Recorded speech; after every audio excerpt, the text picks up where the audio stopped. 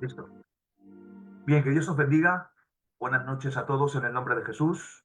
Un placer, como no. Hoy iniciamos una nueva materia donde, sin duda, en este viaje que nos vamos a enrolar, vamos a disfrutar, vamos a aprender y vamos a formarnos conforme el Espíritu Santo, por medio de su palabra, siempre hace, que nos capacite para viajar en esta vida de peregrinaje en esta tierra, pero Dios nos va a bendecir.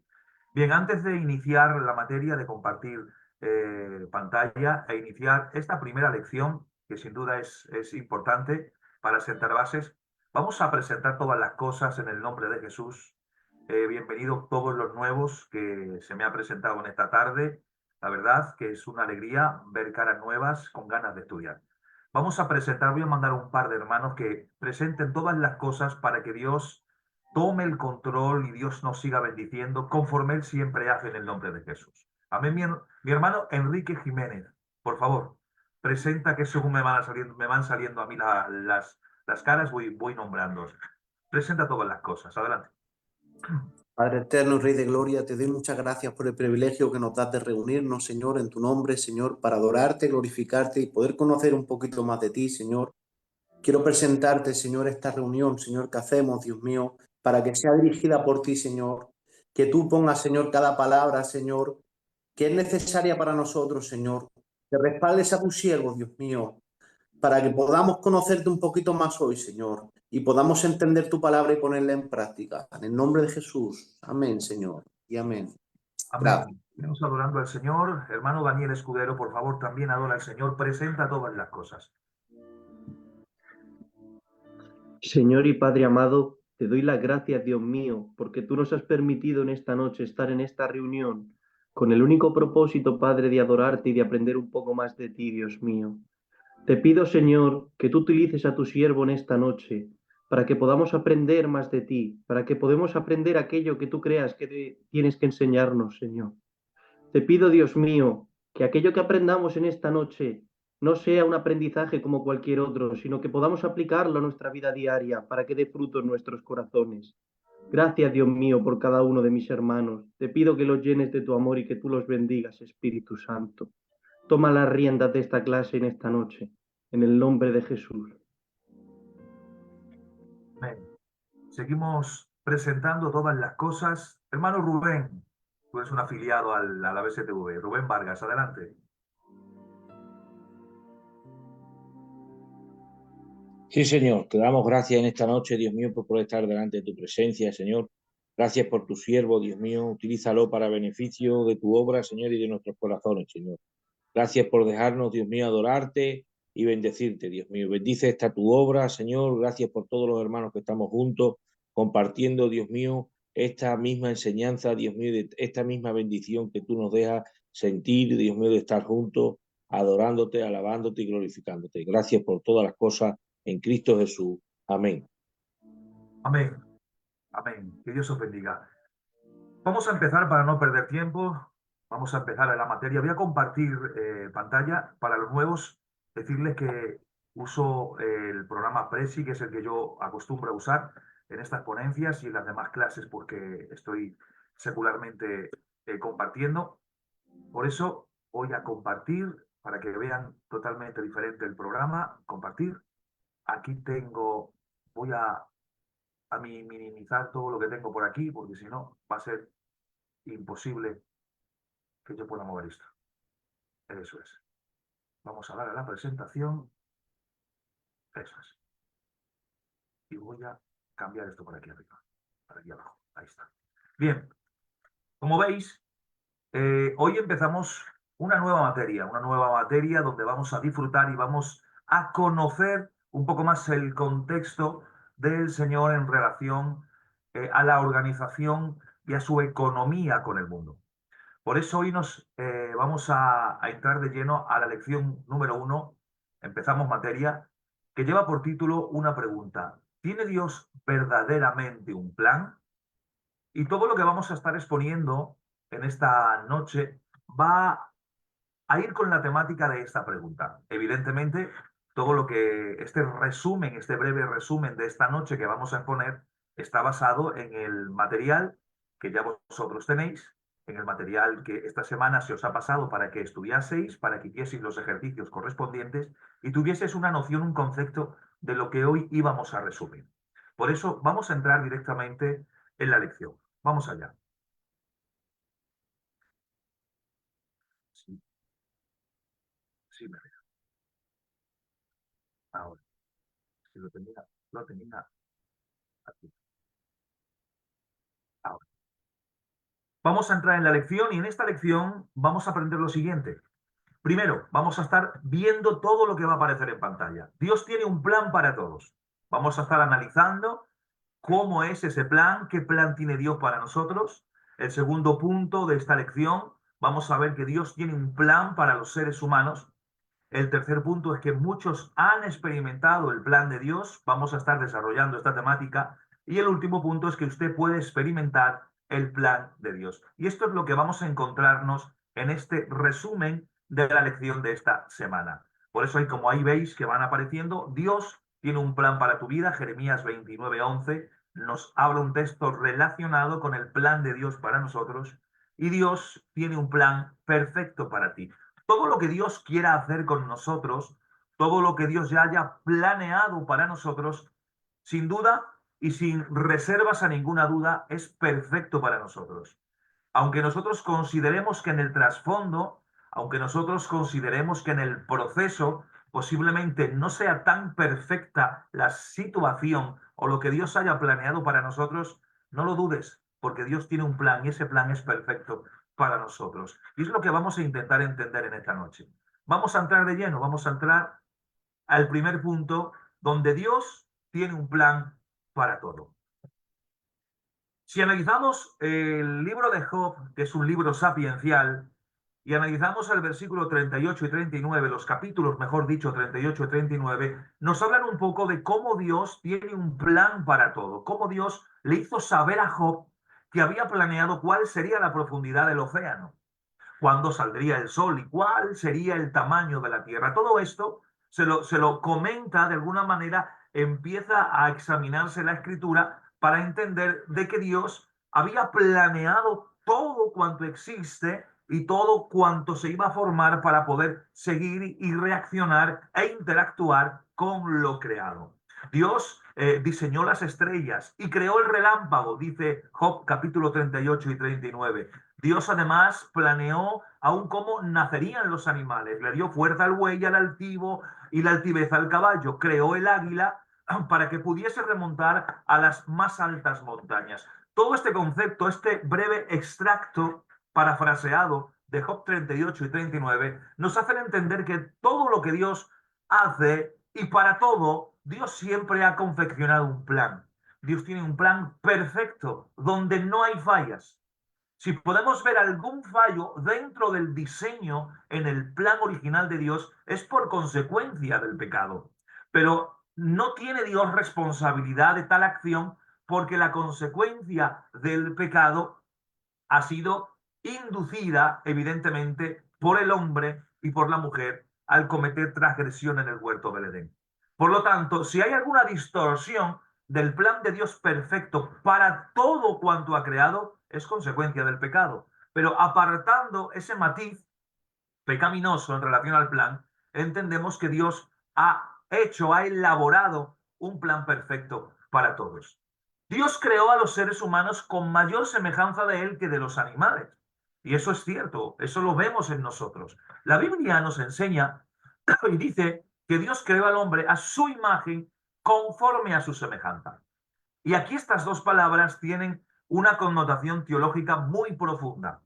¿Por qué? Porque cuando habla de imagen y de semejanza, está hablando de conceptos que se unen en la misma persona de la creación, pero que tienen conceptos distintos y tienen connotaciones diferentes. Cuando habla de imagen, en la imagen del Señor está comunicando el carácter comunicativo que Dios tiene en grado infinito, pero que comunica en la imagen al ser humano.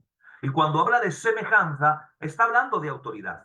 Cuando Dios crea al hombre, le dice que lo crea a imagen y semejanza y le da la capacidad de sojuzgar la tierra. Le dice a los dos antes de que el pecado rompiese la relación marital de Adán y Eva y cambiase el orden de sumisión o de ordenación de autoridad delegada en ambos y que luego posteriormente fue delegada al hombre y la mujer coheredera de eso, pero por debajo del hombre en autoridad delegada. Atención, el Señor les dice sojuzgar la tierra, enseñorearos de la tierra.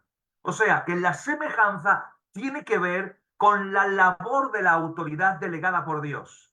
Por eso en los deseos impíos de un ser llamado Luzbel, Lucero de la mañana, que hoy conocemos como Satanás, él, de los 5 deseos impíos que nacen de dentro de su ser, él dice que quiere ser semejante al Altísimo. En ninguna parte de la Biblia, en ningún manuscrito del Antiguo Testamento, ni ninguno traducido al griego como la Septuaginta, dicen que Satanás quería ser igual a Dios. No habla de igualdad en relación a Dios, habla de semejanza en relación al Hijo. ¿Por qué? Porque la semejanza tiene que ver con la autoridad y quería una autoridad delegada al margen de Dios. Por eso cuando esa palabra se asocia a Adán y a Eva, en este caso en la creación a imagen y semejanza, le da el carácter comunicativo en la imagen. Un ejemplo muy sencillo: Dios es amor en grado infinito, pero comunica y nos da la capacidad de amar en un grado comunicativo. Eso está en la imagen. Por eso cuando el hombre cae en transgresión y en pecado, la imagen se deteriora y hay inclinación hacia pecado. Y evidentemente lo que se pierde es la semejanza, porque se pierde la autoridad que Dios había delegado en el huerto del Edén al hombre sobre la tierra. Por eso Satanás toma ese cetro por usurpación de autoridad. Y cuando Cristo viene en las tentaciones, Satanás dice: yo sé que has venido aquí por causa del cetro de autoridad, del título de propiedad, del rollo de la tierra que le fue entregado a Adán y que yo por usurpación lo tengo. Yo te doy los reinos de la tierra. Solo tienes que postrarte y adorarme. O sea, el Señor no refutó eso que había dicho Satanás, por cuanto no era mentira. Él tenía por usurpación los reinos de la tierra. Por lo tanto, la semejanza fue perdida en el huerto del Edén. La imagen fue deteriorada. Pero cuando venimos a Cristo, se restablece comunicativamente en la andadura del Espíritu esa capacidad de imagen. ¿En qué sentido? Comunicación. Por eso Pedro dice que Él nos ha hecho participantes de su naturaleza, pero no habla de la incomunicativa, de esos atributos incomunicables, sino de los atributos comunicables. Nos da la capacidad de amar, de tener misericordia, de hacer justicia. Por lo tanto, Dios crea a los seres humanos con una mayor semejanza a Él en ese sentido que de los animales. Pero además Dios quería compañerismo. Dios, no podemos usar la palabra que Dios necesita algo. Dios no necesita nada. Dentro del seno trinitario, dentro de la consustancialidad de las 3 personas, de ese solo Dios manifestado en 3 personas, no necesita nada, está completo. Pero si pudiéramos hablar en un lenguaje coloquial, si Dios está necesitado de algo, entiendan bien el concepto, está necesitado de compañerismo, de amigos. Por eso Dios quería compañerismo y nos creó de modo que pudiésemos gozar del compañerismo de Él.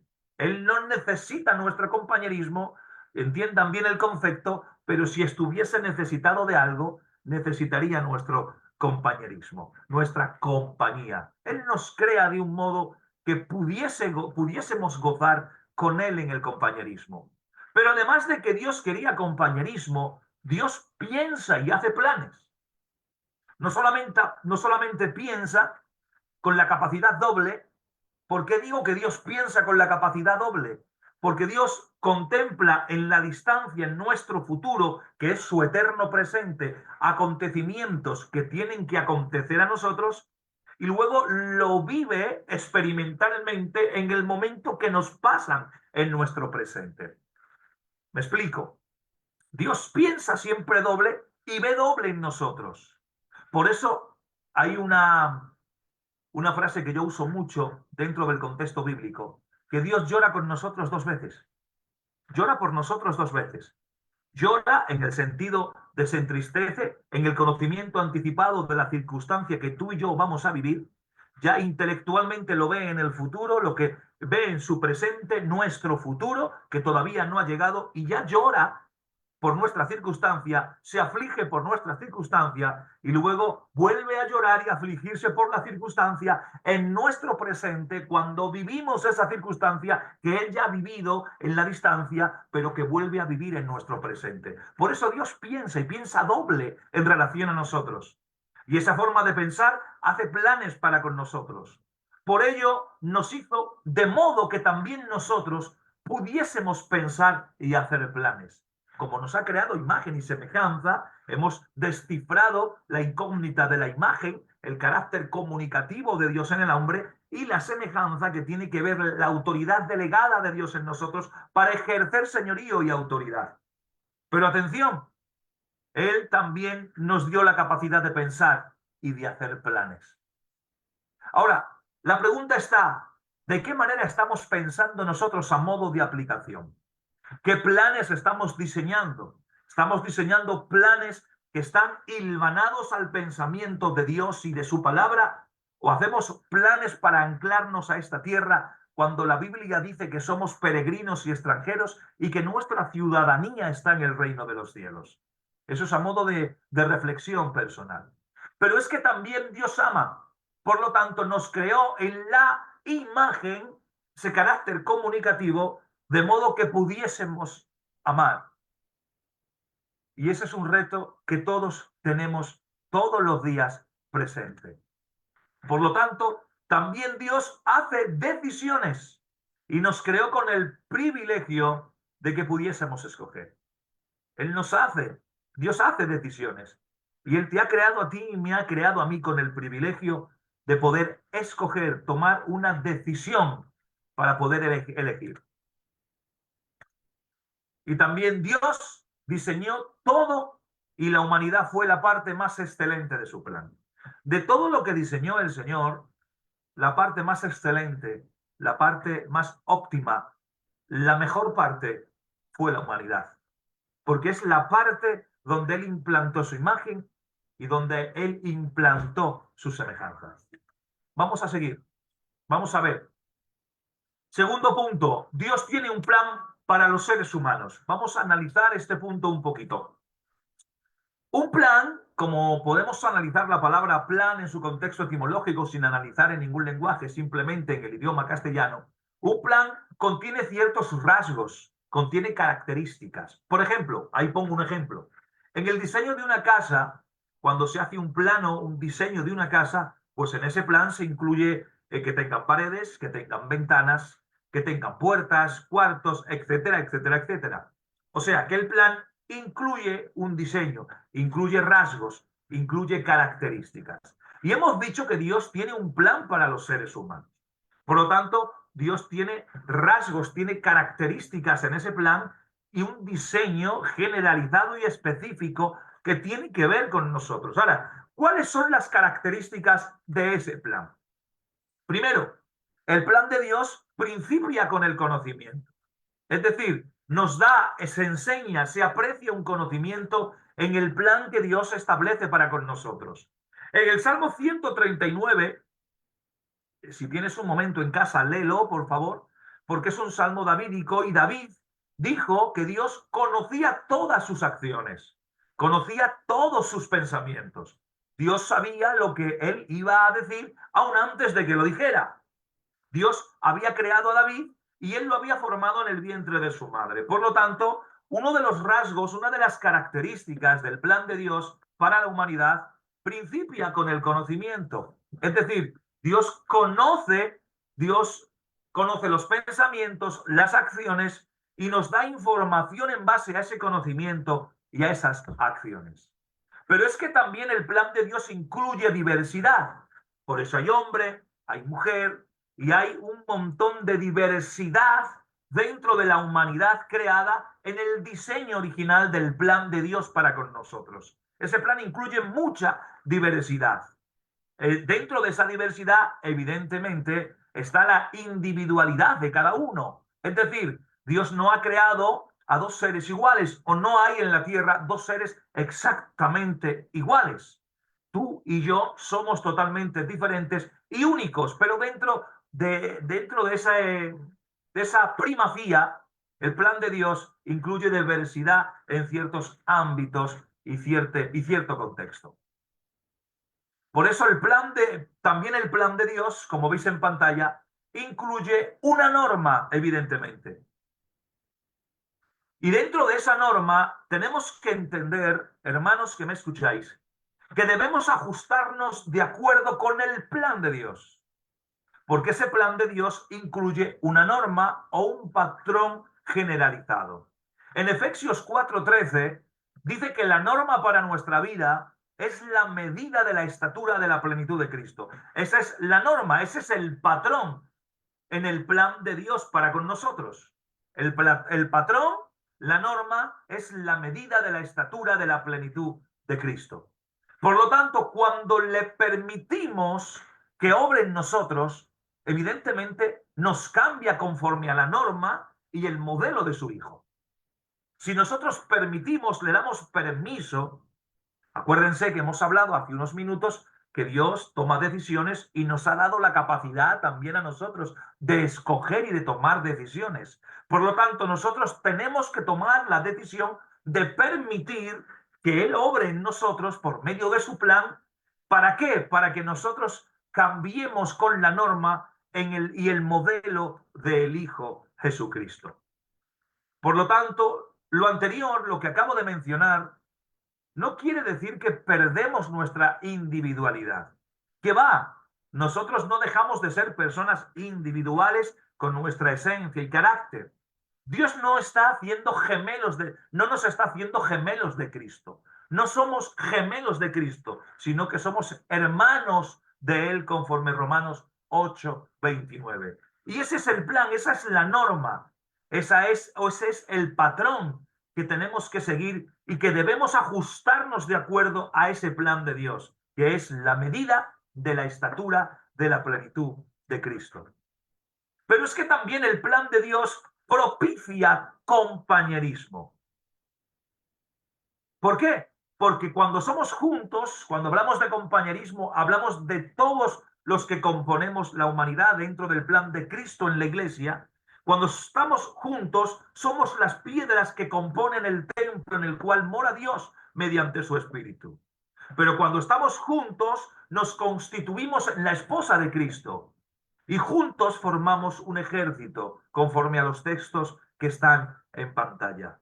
Por lo tanto, implica compañerismo entre nosotros, aunque somos individuales, pero estamos juntos dentro del plan marcado de Dios y del patrón que es general para todos nosotros. Seguimos.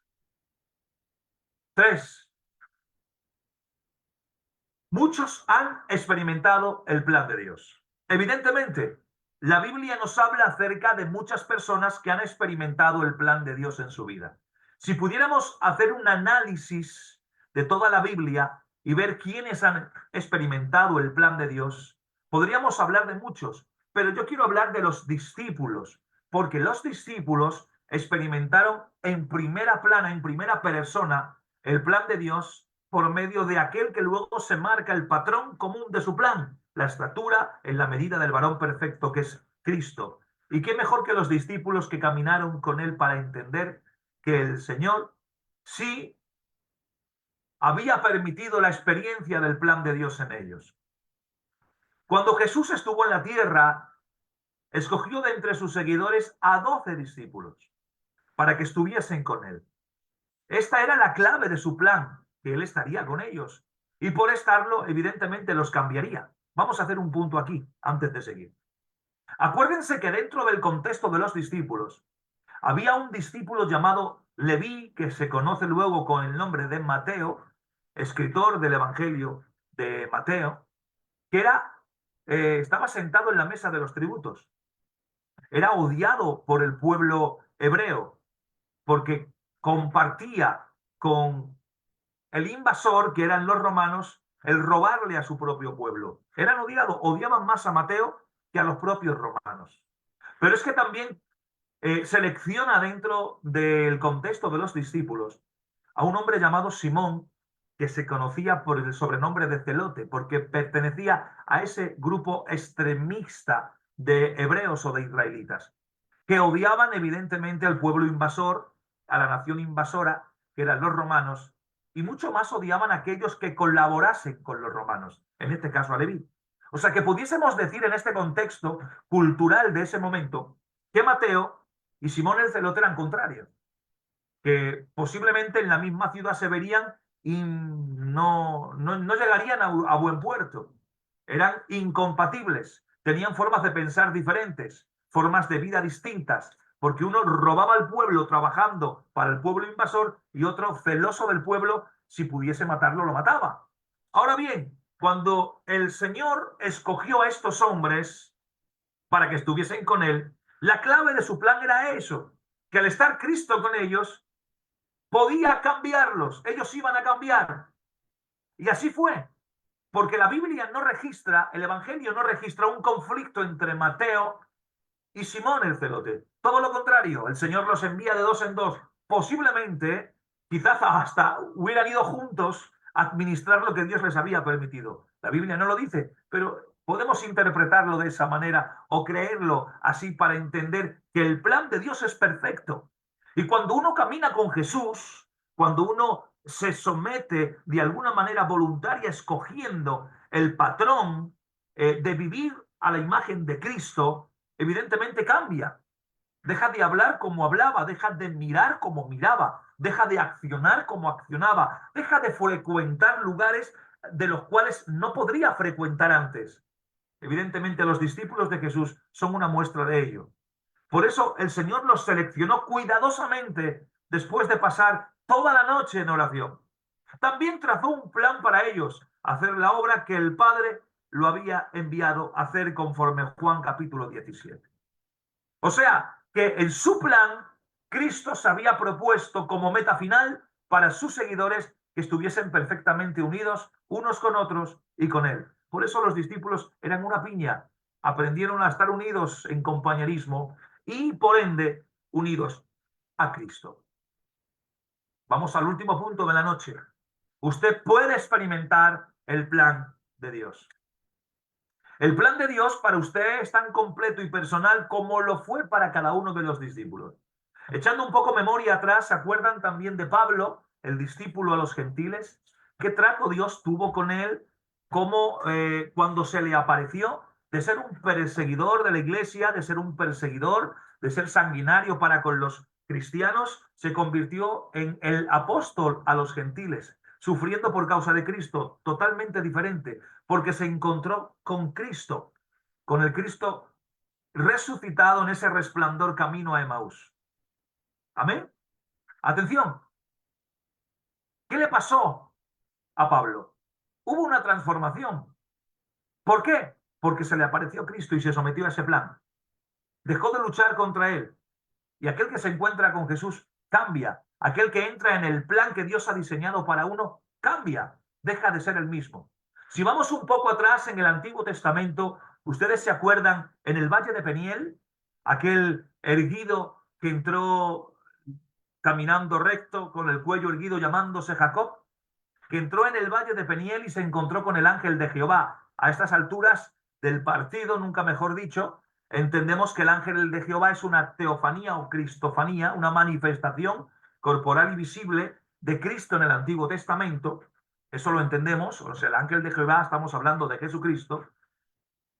Y cuando se encuentra Jacob con el ángel de Jehová, cambia.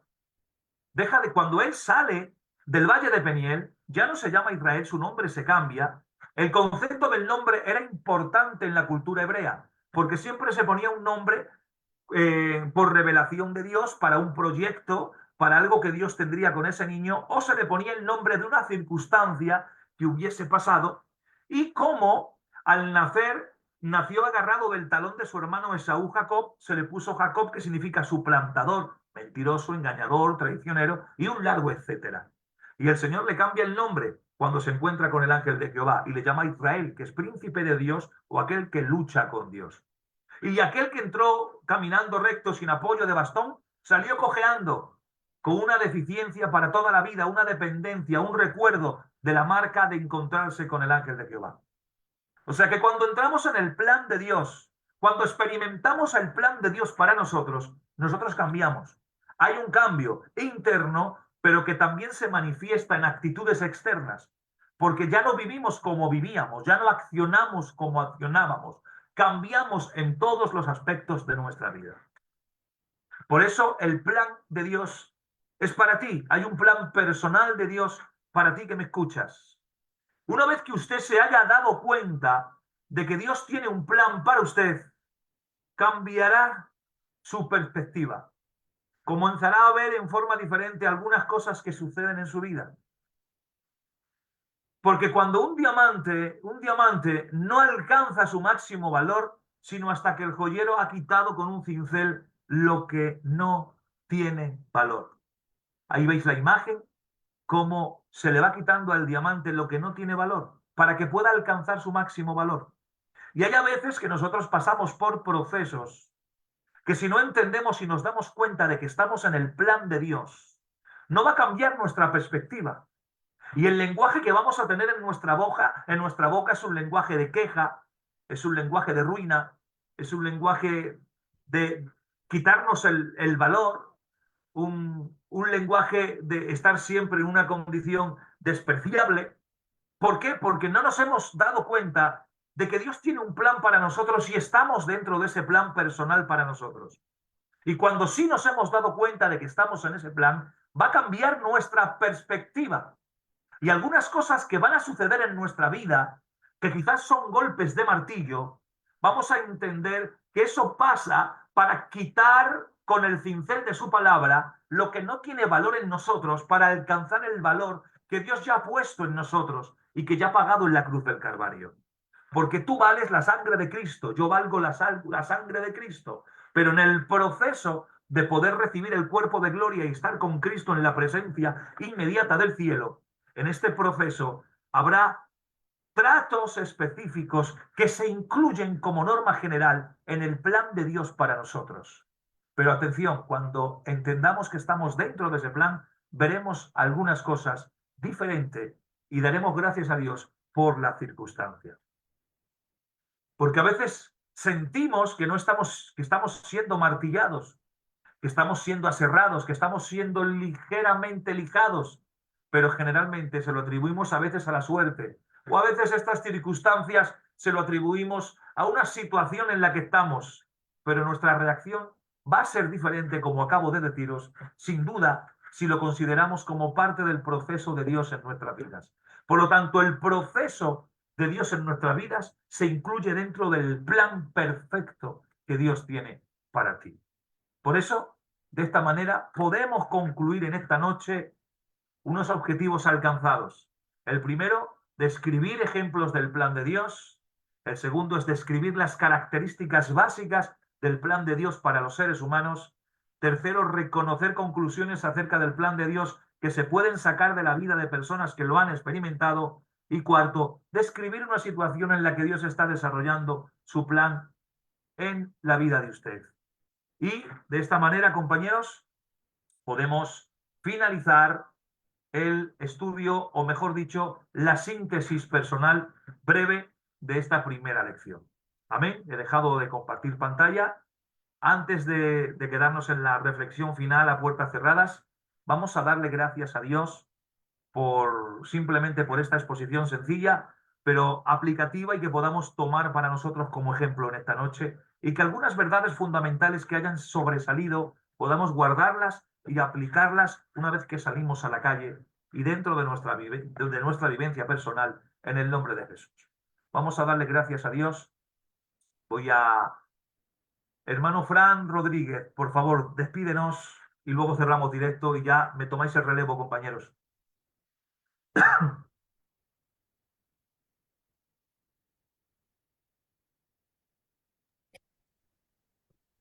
Te damos gracias, Espíritu Santo, por esta clase que hemos tenido en esta noche, Dios mío. Gracias, Dios mío, Señor, por nuestro hermano Israel, Dios mío, por el expositor de tu palabra, Dios mío. Yo te ruego, Espíritu Santo, que nos ayudes, Señor, a guardar tu palabra, Señor. Que nos ayudes, Padre eterno, a guardar esta enseñanza en nuestros corazones, Dios mío, y poder ponerla por obra y práctica, Dios mío, Señor, para que, Señor mío, tú puedas realizar tu plan, Señor, que tienes para cada uno de nosotros, Dios mío. Te di las gracias, Señor, por cada hermano, Señor, que hemos estado aquí en esta noche, Dios mío. Gracias en el nombre de Jesús. Amén. Amén. Salimos del directo, por favor, y ya